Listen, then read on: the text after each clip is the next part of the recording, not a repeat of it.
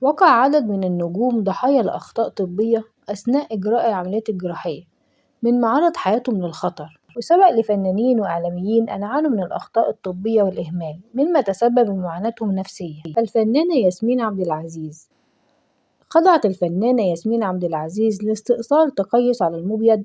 تعرضت النجمة المصرية لخطأ طبي أثناء العملية أدى لدخولها في غيبوبة تامة.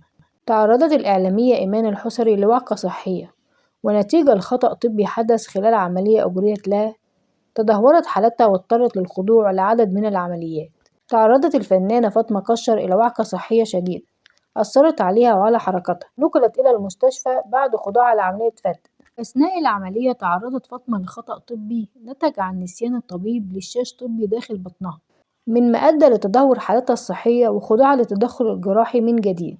تعرض الفنان الراحل محمود عبد العزيز لخطأ طبي بعد جراحة لإصلاح ضرر بأسنانه، مما تسبب في إصابته بفيروس أدى لاحقا لإصابته بسرطان انتشر في كامل جسده وأدى لوفاته. الفنان الراحل نجيب الريحاني أصيب بمرض التيفود، وبعد احتجازه بأحد المستشفيات قام ممرض بإعطائه جرعة زائدة من أحد العقاقير التي أدت إلى وفاته على الفور.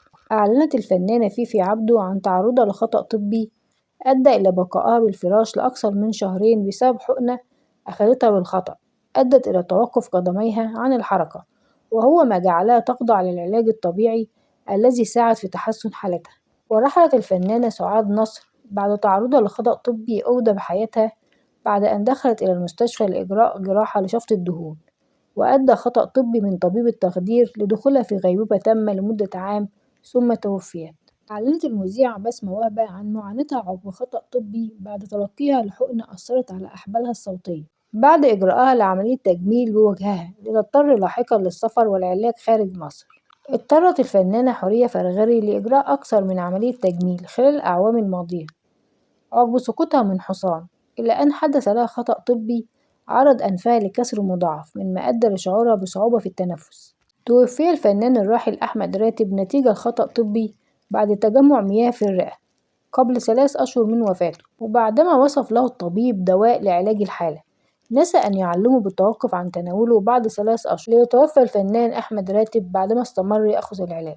رحل المخرج الكبير عاطف الطيب عن عالمنا عام 1995 عن عمر يناهز 48 عام، وذلك بعد إجراء عملية جراحية لتغيير صمام في القلب، وتوفي بسبب خطأ طبي أثناء الجراحة. ورغم التطور الكبير الذي شهدته المستشفيات وأساليب العلاج، فإن الأخطاء الطبية لا تزال تقع، ولا نزال غير قادرين على القضاء في حالات الإهمال الطبي، فالعديد من القضايا أصبحت منتشرة في المحاكم بسبب تلك الظاهرة، ولا بد من تشريع قانون ضد الأطباء المتسببين في هذا الأمر، حيث إن الحق في الحياة حق ملزم لكل إنسان، وعلى القانون أن يحمي هذا الحق ولا يجوز حرمان أحد منه تعسفا.